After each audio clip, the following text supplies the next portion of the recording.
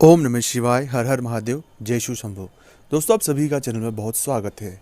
आपकी बुद्धि किस व्यक्ति ने बांध दी है? आपका किसी काम को करने में मन नहीं लगता, आपका दिमाग कुछ भी चीज़ें सोच नहीं पा रहा है, बस वो एक ही जगह एक ही नकारात्मकता में बहुत डूबा हुआ है। उसे बहुत डर लग रहा है, उसे बहुत भय लग रहा है।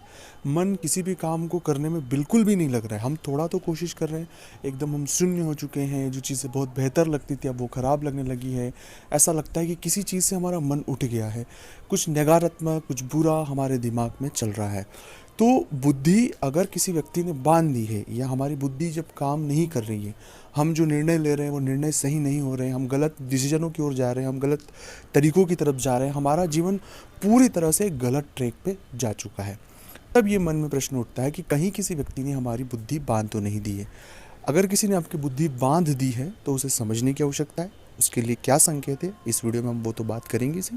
दूसरा ये कि अगर किसी व्यक्ति द्वारा इस तरह की चीज़ें हो चुकी है तो कैसे इससे हमें बाहर निकलना है, क्योंकि हमारा मूल उद्देश्य तो इस परेशानी से बाहर निकलना है। तो जब कभी भी आप किसी काम में बार बार करने के बाद सफलता ना मिल पाना, चीज़ों को लेकर बहुत एफर्ट लगाने के बाद भी परिणाम ना मिल पाना, चीज़ें बहुत नकारात्मक जाना, जो लोग हैं वो बार बार धोखा देना, हम बहुत जल्द जिन पर विश्वास कर रहे हैं वो लोग हमें धोखा दे रहे हैं, हमारे साथ ऐसी सिचुएशनें हो रही है कि कोई अपना नहीं है। बुद्धि न तो विवेक से कोई डिसीजन ले पा रही, ना कुछ समझ पा रही। सब चीज़ें देखने के बावजूद भी हम सही नहीं देख पा रहे। जब कभी भी ऐसी परिस्थिति किसी भी जातक के जीवन में होती है, तब बहुत हद तक जो चीज़ें मैं आपके साथ साझा कर रहा हूँ उन्हें समझने की आवश्यकता है। इस तरह की परिस्थिति में बहुत सारे ग्रहों का हाथ होता है, हम किसी भी एक ग्रह को इंडिकेट नहीं कर सकते।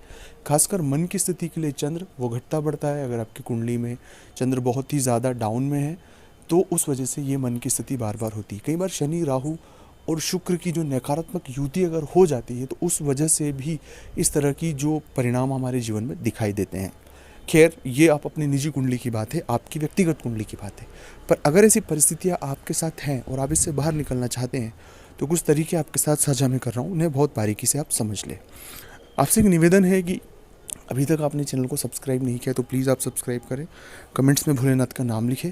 अगर आप चाहते हैं अपनी कुंडली का विश्लेषण हमसे करवाना, मतलब इस तरह की स्थिति अगर आपके साथ है तो आप एक बार हमसे कंसल्ट भी कर सकते हो। उसका फीस और शुल्क लागू है दोस्तों। जो आप हमसे आपकी मदद हो पाएगी ज़रूर आपकी करेंगे। ऐसी परिस्थिति है तो आपको 2-4 चीज़ों पर फोकस करना है। सबसे पहली बात है, 2 से 3 घंटे आपको मौन रहना, मौन व्रत शुरू करना होगा। मौन व्रत करने का तरीका ऐसा है कि आप अपने शांत होकर अपने गुरु मंत्र का जप करें। नहीं है गुरु मंत्र तो नमः शिवाय नमः शिवाय नमः शिवाय का मन में जाप करें और पूरा ध्यान अपने नमः शिवाय के जप पर होना चाहिए। इस तरह की परिस्थिति जब आप 7 दिन तक करेंगे तो 8वें दिन से आपको बहुत सारी चीज़ें खुद को स्वतः ही समझ आएगी। दूसरा प्रयोग आपको ये करना है कि आप बजरंग बाण का पाठ करें, क्योंकि कहीं ना कहीं हमारे इर्द गिर्द एक नकारात्मक ऊर्जा हमने खुद ने क्रिएट करके रखी है। जब हमें सफलता नहीं मिलती तो हम खुद बहुत नेगेटिव हो जाती।